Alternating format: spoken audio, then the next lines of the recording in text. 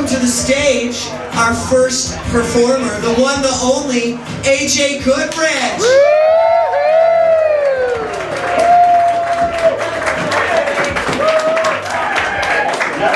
This is a story I wrote a long time ago for a series called Readings for Filth, started by the late, great Dean Johnson, and curated by Joe Birdsong, who's an alumnus of Planet Queer. So I'm going to transport you to a long time ago, 2006 to be exact, in a faraway place called the East Village, when I was but a wee little gay boy with a problem. This story is called The Brazilian. I finished drinking my second bottle of Vicks 44 severe cough and cold syrup and tossed it in the trash. You can't get the other stuff because it has guaifenesin mixed in, and that'll make you throw up. I've been drinking 2 bottles, sometimes 3, almost every night for the past 3 weeks. I never drink Robitussin. I did sometimes in college, but it tastes like shit and it makes you gag. Vicks is numbing. That's what I want, to be numb. I know. It's like I'm 14 drinking cough syrup to get high because I can't get anything else. If I was hardcore, I'd be injecting heroin into my eyeballs or smoking crack and babbling about Jesus on the subway. That seems like such a hassle. Vicks is cheap and easy, so we're a perfect match. Dwayne Reed is the cough syrup junkie heaven, and I've got a system worked out. So you can't buy more than 2 bottles at once, I guess because they want to stop people from doing exactly what they're trying to do when they buy more than 2 bottles at once. I don't even like to get more than 1 bottle at a time because I don't like it when they look at me all suspicious-like. I can get a bottle at the bodega on 14th and A and one at the Dwayne Reed on 14th between A and B. There's one on 2nd and 14th. They had some at the bodega on 14th and B, but I think I cleaned them out. I alternate places and days. I rub my eyes and I fake a little cough and make like I'm worn down and tired when I go in, so they think I'm sick. But don't you know, I am sick. I'm a sick fuck, and I'm fucking sick of everything. I just hide it well. It's been a rough year. I dated this alcoholic, maybe bipolar, maybe schizophrenic guy. Actually, he was probably just doing meth, but at the very least, he's a pathological liar. Then, when I broke up with him, he stalked me for another 6 months. Cute, right? The world of gay love. He was my first boyfriend. I had to leave my apartment so he wouldn't know where I lived. That's why I'm here now in the East Village. In October, I started dating a cute, smart chef with a mohawk, and fell a little bit in love, and then got my heart ripped open when he broke up with me via G-Chat. 5 minutes after I got home from being a pallbearer at my grandmother's funeral. Nice. That's when I started drinking cough syrup, and that's the short story of a rough year. I'd tell you the long story, but I'd rather be numb.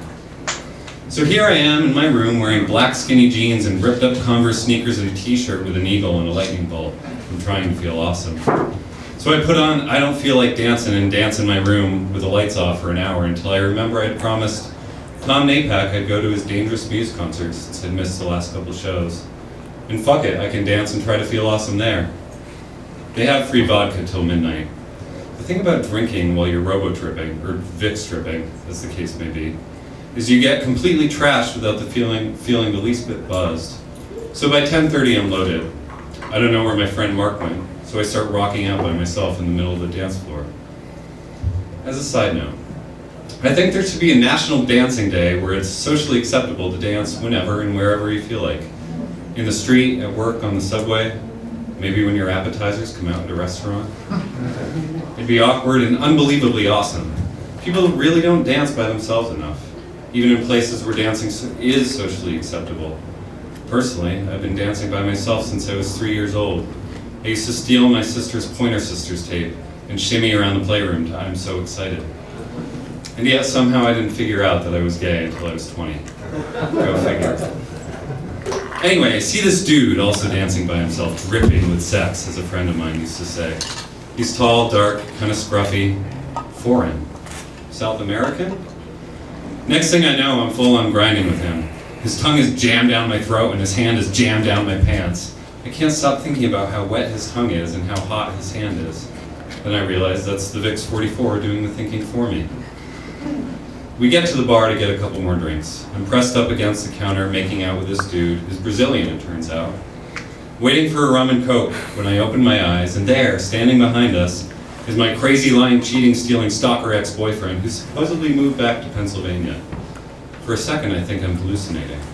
Except hallucinations don't usually come in the form of pieces of shit. I panic. What the fuck are you doing here, I ask. It's a stupid question. Clearly, he's there to stalk me. Probably because I responded to the concert invite on Facebook. Ugh, the internet. He opens his mouth. Just get the fuck away from me, I say. He opens his mouth again. No, get the fuck away from me, I say. I grab my drink and the Brazilian and head back to the dance floor. Now, everyone knows a little sleaze is fun. So grinding high and loaded with a hot Brazilian on a dark dance floor is fun. But grinding high and loaded with a hot Brazilian on a dark dance floor is even better when you throw in a little spite. Because I know that somewhere in the room my crazy ex-boyfriend is watching and is seething mad. Serves him right, the weaselly little gutter whore. I pull the Brazilian up against a column and wrap my legs around him. He hoists me up, unzips my jeans, whips my dick out, and starts slamming me against the wall as we make out. Then my friend's band, Dangerous Muse, comes on, and for about an hour I'm in a hazy blaze of flashing green lights and fog machines, pinned under a spiral staircase, surrounded by screaming faggots and guitars and Dangerous Muse being ridiculous on stage. The Brazilian has his cock out and is rubbing it against my ass, and then the concert ends. We get in a cab for his apartment, and it takes about a second for me to start blowing him in the back seat. Fuck, what a dick. I really didn't get a good grasp of it earlier at the club. It's long and pretty, and man is it thick. For a second I wonder how I'm able to fit it in my mouth without getting jaw cramps. Then I wonder for a second how many people have ever given or gotten a blowjob in a cab. Then I wonder for a second how many other people are getting a blowjob in a cab across the city at the exact same time. Whoa, this thought blows my mind. Then I realize that's the VIX 44.